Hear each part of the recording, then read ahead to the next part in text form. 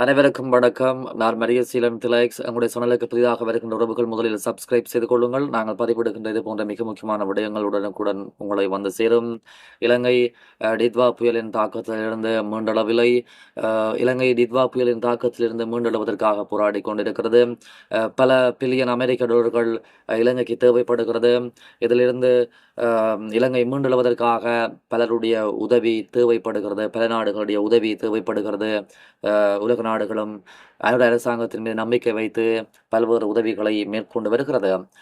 India, சீனா, பாகிஸ்தான் முதற்கட்டமாக இலங்கைக்கு அதிகளவான உதவிகளை வழங்கியிருந்தது. அந்த வகையில் பாதிக்கப்பட்ட மக்களுக்கு கொடுப்பனவு அறிவிக்கப்பட்டு வெள்ள நிவாரணம் அதேபோன்று நிதி கொடுப்பனவுகள் பகிர்ந்தளிக்கப்பட்டு வருகிறது.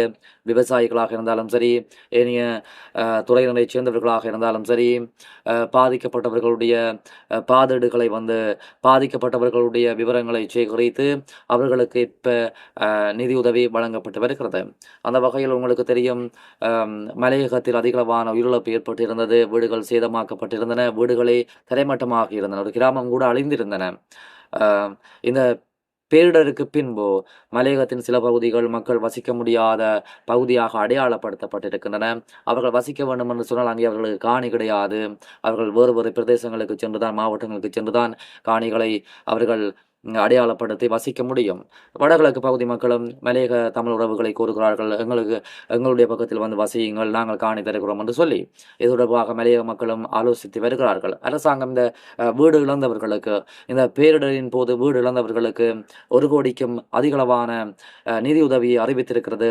இது தொடர்பாக இந்த காணொலியில் நாங்கள் விரிவாக பார்க்க போகிறோம். டித்வா பேரிடரால் முழுமையாக வீடுகளையும் காணியையும் இழந்தவர்கள் தாம் விரும்பிய மாவட்டத்தில் குடியேற முடியும் எனவும், வேறு மாவட்டங்களில் குடியேற விரும்புபவர்களுக்கும் 1 கோடி ரூபாய் நிதி பெற்றுக் கொடுக்கப்படும் என வீடமைப்பு அமைச்சர் சுசில் ரணசிங்க தெரிவித்திருக்கிறார்.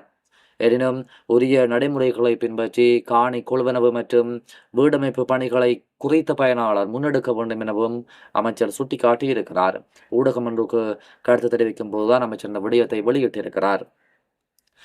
இது குறித்து அவர் பல விடயங்களை இந்த ஊடக சந்திப்பில் வெளிப்படுத்தி இருக்கிறார். இந்த நடைமுறைகள் தொடர்பான இற்றைப்படுத்தப்படும் தரவுகள் சம்பந்தப்பட்ட அதிகாரிகளுக்கு சமர்ப்பிக்கப்படும் பட்சத்தில் பயனாளி தனக்கான நிதியை உரிய முறையில் பெற்றுக்கொள்ள முடியும். அரசாங்கத்தினால் 2026ஆம் ஆண்டில் திட்டமிடப்பட்ட வீடமைப்பு திட்டமும் பேரிடருக்கு பின்னர் முன்னெடுக்கப்பட திட்டமிடப்பட்ட வீடமைப்பு நடவடிக்கையும் எதிர்வரும் 2026ஆம் ஆண்டு ஜனவரி மாதம் ஆரம்பிக்கப்படவிருக்கிறது.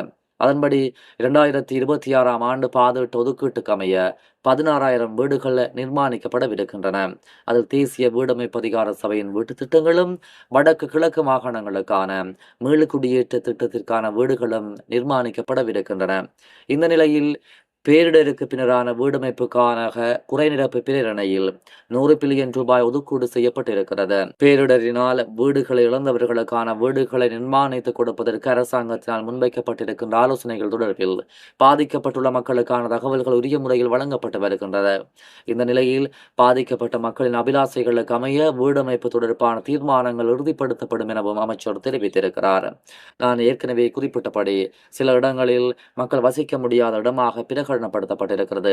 அந்த இடத்தில் மக்கள் தங்களுடைய உடைமைகள், வீடுகளை இழந்திருக்கிறார்கள். வீடுகள் தரைமட்டமாக இருக்கின்றன. தொடர்ச்சியாக அதில் வீடு கட்டி மீண்டும் அந்த இடத்தில் வசிப்பது என்பது முடியாத காரியம்.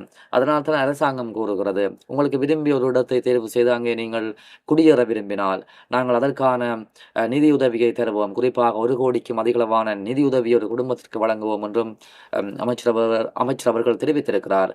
கடந்த வருகின்ற வருடம் 2026ஆம் ஆண்டு வீட்டு திட்ட பணிகள் முன்னெடுக்கப்படவிருக்கின்றன. அது தொடர்பாக அமைச்சர் தெளிவான அறிவித்தலை விடுத்திருக்கிறார். ஆகவே இந்த வீடு இல்லாதவர்களுக்கும் வடகிழக்கு உட்பட அதிகளவான பயனாளிகளுக்கு வருகின்ற வருடம் இறுதிக்குள் இந்த வீட்டு தேவை பூர்த்தி செய்யப்படும் என்றும் நம்பப்படுகிறது.